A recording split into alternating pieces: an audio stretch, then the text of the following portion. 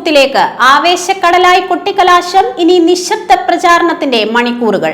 നമസ്കാരം. ഈ ദിവസത്തെ ഏറ്റവും പ്രധാനപ്പെട്ട വാർത്താവിശേഷങ്ങളുമായി ജനയുഗം ടോപ് 10 ന്യൂസിലേക്ക് സ്വാഗതം. നിയമസഭാ തെരഞ്ഞെടുപ്പിന് ഇനി മണിക്കൂറുകൾ മാത്രം. 3 മുന്നണികളും ആവേശത്തിലാഴ്ത്തി കൊട്ടിക്കലാശം അവസാനിച്ചു. വൈകിട്ട് 6 മണി വരെയായിരുന്നു കൊട്ടിക്കലാശം. നാളെ നിശബ്ദ പ്രചാരണമായിരിക്കും. 9-ാം തീയതി കേരളം പോളിംഗ് ബൂത്തിലേക്ക്. വോട്ടിംഗ് യന്ത്രം അടക്കമുള്ള തിരഞ്ഞെടുപ്പ് സാമഗ്രികളുടെ വിതരണം ബുധനാഴ്ച രാവിലെ 8 മുതൽ നിയോജക മണ്ഡലം തല കേന്ദ്രങ്ങളിൽ നടക്കും.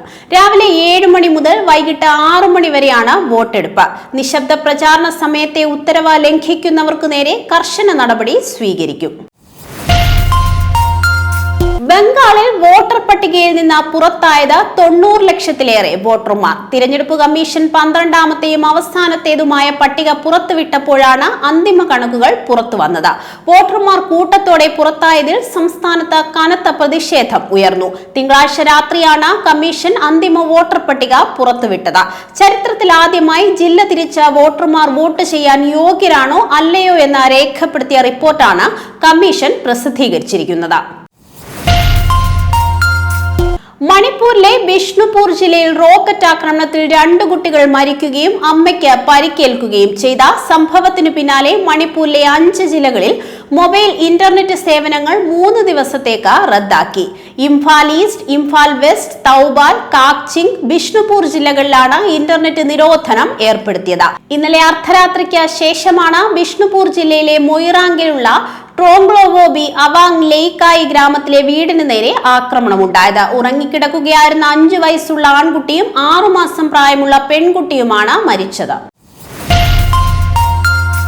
കോൺഗ്രസിലെ കത്ത് വിവാദത്തിൽ രാജി. മുൻ KPCC അധ്യക്ഷൻ K സുധാകരന്റെ വിശ്വസ്തൻ DCC അംഗത്വം രാജിവെച്ചു. തിരുവനന്തപുരം DCC അംഗം സുഹൈൽ ഷാജഹാനാണ് രാജിവെച്ചത്. സുഹൈൽ ഷാജഹാൻ ദീപാദാസ് മുൻഷിക്ക് രാജിക്കത്ത് കൈമാറി.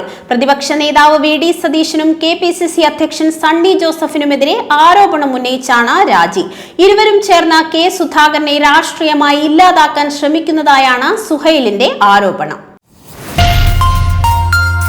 കേരളശ്ശേരി തടുക്കശ്ശേരി നാഗംകുളങ്ങര ഉത്സവത്തിനെത്തിച്ച ആന പാപ്പാനെ കൊലപ്പെടുത്തി. കൊല്ലങ്കോട് ആനമാരി രാമനെ കിണറ്റിലേക്ക് എറിയുകയായിരുന്നു.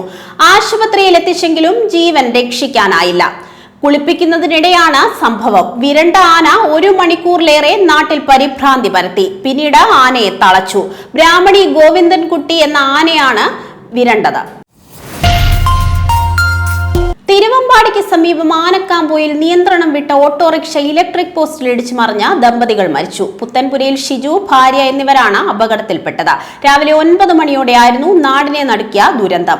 ആനക്കാമ്പോയിൽ പുല്ലൂരാമ്പാറ റോഡിലെ തേക്കിൻതോട്ടം മാനേജർ ഇറക്കത്തിൽ വെച്ചാണ് അപകടമുണ്ടായത്. തിരുവമ്പാടിയിലെ വസ്ത്രവ്യാപാര സ്ഥാപനത്തിൽ ജോലി ചെയ്യുന്ന ഭാര്യയെ കൂട്ടിക്കൊണ്ടുവരാൻ പോവുകയായിരുന്നു ഷിജു. കുത്തനെയുള്ള ഇറക്കത്തിൽ വെച്ച ഓട്ടോറിക്ഷയുടെ നിയന്ത്രണം നഷ്ടപ്പെടുകയും റോഡരികിലെ ഇലക്ട്രിക് പോസ്റ്റിൽ ഇടിച്ച് മറിയുകയുമായിരുന്നു. രാജസ്ഥാനിലെ പുതുതായി രൂപീകരിച്ച സലുംബാർ ജില്ലയിൽ അജ്ഞാത രോഗം പടരുന്നത് ജനങ്ങളെ കടുത്ത ആശങ്കയിലാക്കുന്നു. കഴിഞ്ഞ 5 ദിവസത്തിനുള്ളിൽ 5 കുട്ടികളാണ് രോഗം ബാധിച്ച് മരണപ്പെട്ടത്. ഘാട്ട, ലാൽപുര എന്നീ ഗ്രാമങ്ങളിലാണ് രോഗവ്യാപനം രൂക്ഷമായിരിക്കുന്നത്. നിലവിൽ 20ഓളം കുട്ടികൾ സമാനമായ രോഗലക്ഷണങ്ങളോടെ ചികിത്സയിൽ കഴിയുകയാണ്. നേരിയ പനിയും കടുത്ത ശാരീരിക അവശതയുമാണ് കുട്ടികളിൽ ആദ്യം കണ്ടുവരുന്നത്. തുടർന്ന് സ്ഥിതി വഷളാവുകയും മരണത്തിന് കീഴടങ്ങുകയുമാണ് ചെയ്യുന്നത്.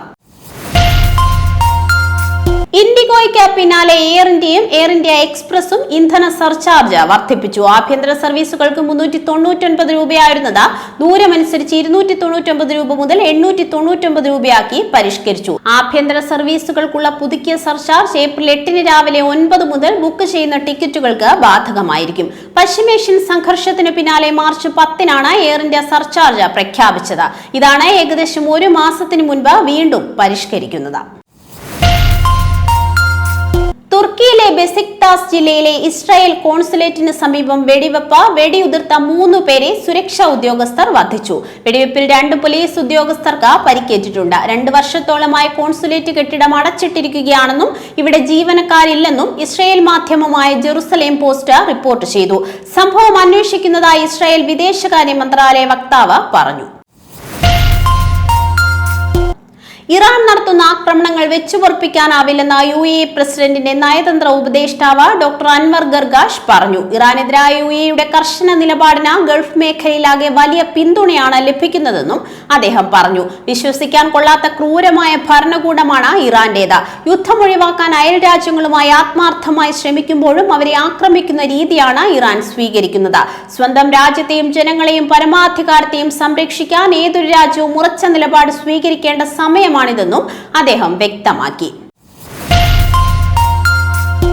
ജനയുഗം ടോപ്പ് 10 ന്യൂസിലൂടെ വീണ്ടും കാണാം. കൂടുതൽ വാർത്തകൾക്കും വിശേഷങ്ങൾക്കുമായി ജനയുഗത്തിന്റെ വെബ്സൈറ്റ്, യൂട്യൂബ് ചാനലുകൾ സന്ദർശിക്കുക.